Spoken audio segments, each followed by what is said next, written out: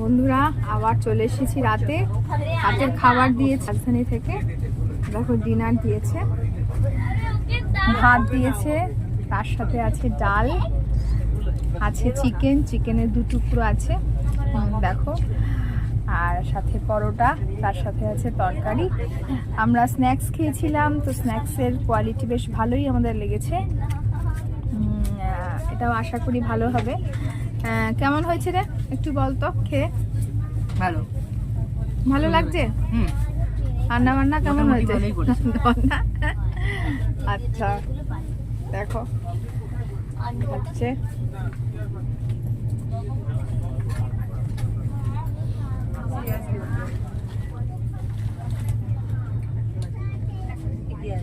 ঠিকই আছে।